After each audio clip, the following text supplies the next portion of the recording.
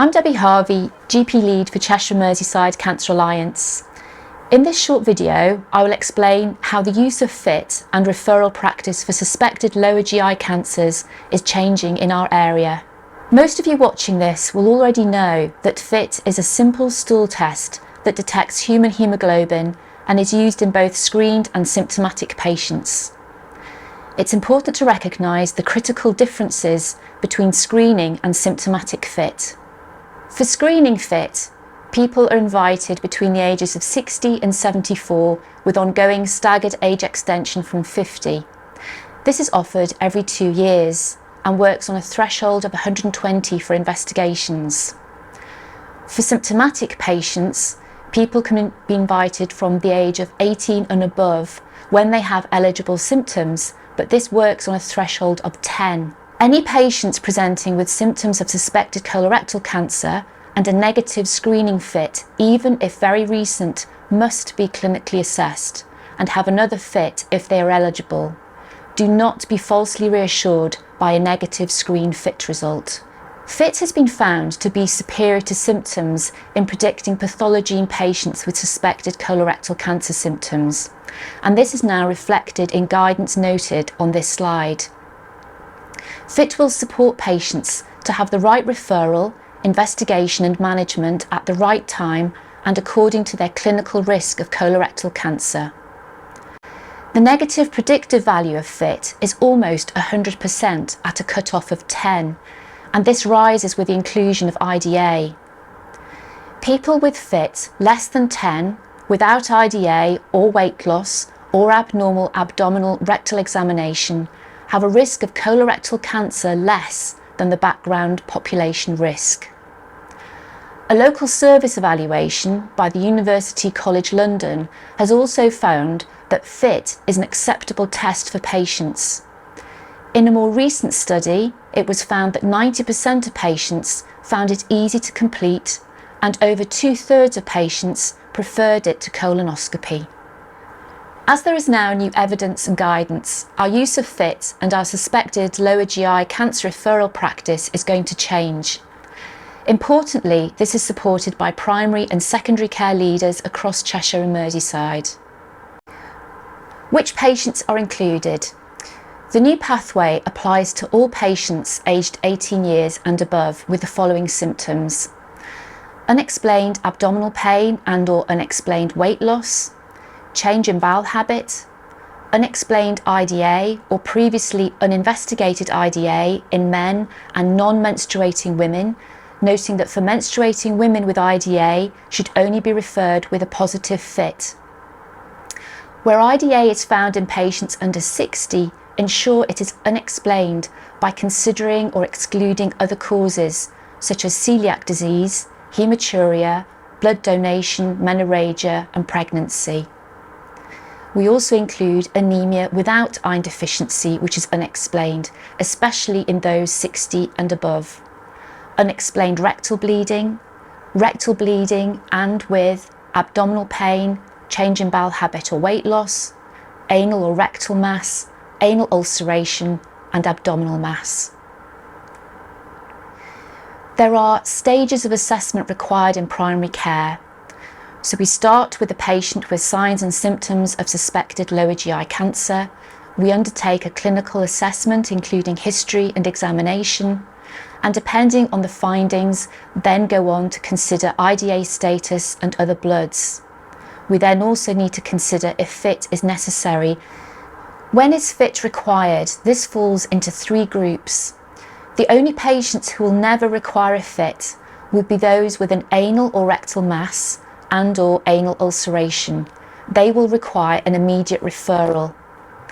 The second group are patients with unexplained IDA and/or abdominal mass, and they will need a FIT requested at the point of referral. For all other patients, they will need a FIT result in order to refer, noting that referrals can still be made where there is serious ongoing clinical concern and/or the FIT has not been returned, and that individual clinical judgment should still be used. Note also that rectal bleeding now requires a FIT. This may feel counterintuitive, but over half of those with this symptom will have a negative fit.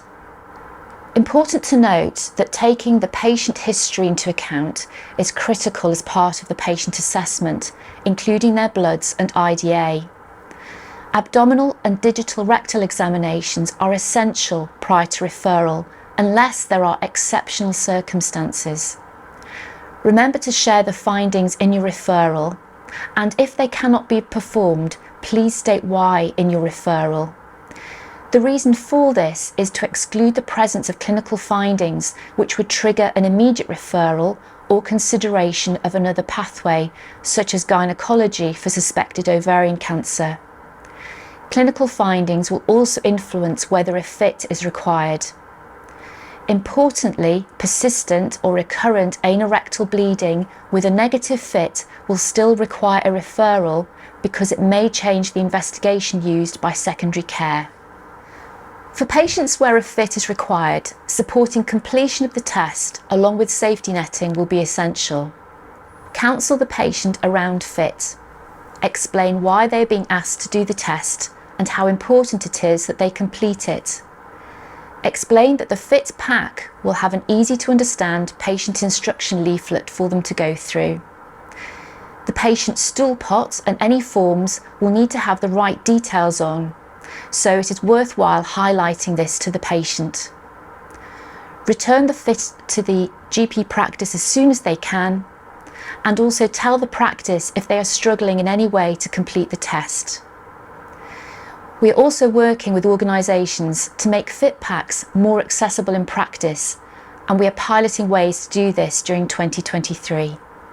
GP practice safety netting and things to consider include the following: tracking the fit requests as you would for PSA, CA125, etc. Patient reminders such as using text messaging with a link to the patient instruction leaflet, which will be available on local websites. IT-based safety netting, such as the Cheshire Merseyside safety netting template, which is available via the Cancer Academy website. Ensuring raised fit results are actioned as soon as possible and the patient referred onto secondary care. Identifying non-returners to encourage fit completion and availability of result. And ensuring that those with a negative fit are clinically reviewed in case a referral is still required. Fit results must be interpreted in the context of other results, examination findings and clinical concern, which is why it is so important to complete every element of the patient's assessment. Never interpret a negative fit result in isolation, because some patients with a negative fit still need to be referred.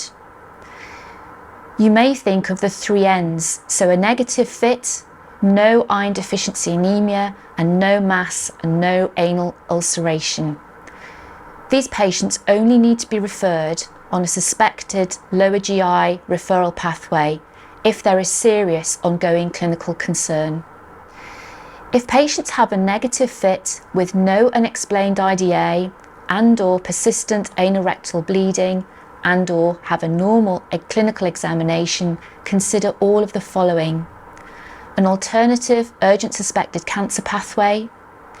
If they are fit negative with normal clinical findings, consider a non-specific symptom cancer service. Consider clinical reassessment. You may want to offer a second fit test if there is ongoing clinical concern. You may want to consider looking at advice and guidance at your local trust.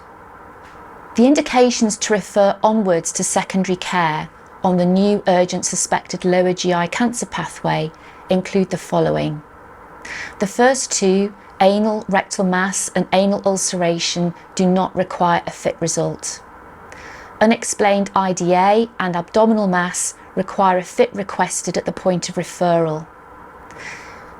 Raised fit plus or minus other features should be referred. A negative fit and unexplained IDA, or with persistent recurrent rectal bleeding, or with serious ongoing concern, should also be referred. It's important to note that we have created a new referral form for urgent suspected lower GI cancers. It has been created collaboratively with primary and secondary care cancer leads to ensure that if the referrer completes it fully, patient triage and prioritisation will be optimised. So in summary, nationally, FIT is now recognised as being superior to NG12 in detecting patients with suspected colorectal cancers. The new Cheshire Merseyside pathway for suspected colorectal cancers will require a FIT result to accompany referrals in many cases. The new pathway includes all patients 18 and above, which is more inclusive compared with NG12. We will no longer refer to NG12 and DG30 guidelines. I hope this short video has provided you with an overview of the important changes taking place in Cheshire Merseyside to how we will now identify and assess patients with suspected lower GI cancers in primary care and why this is happening. These changes have the potential to change the way we diagnose lower GI cancer and improve our patients' experience, enabling them to avoid unnecessary invasive investigations and, if needed, receive the right diagnostic test in a timely manner.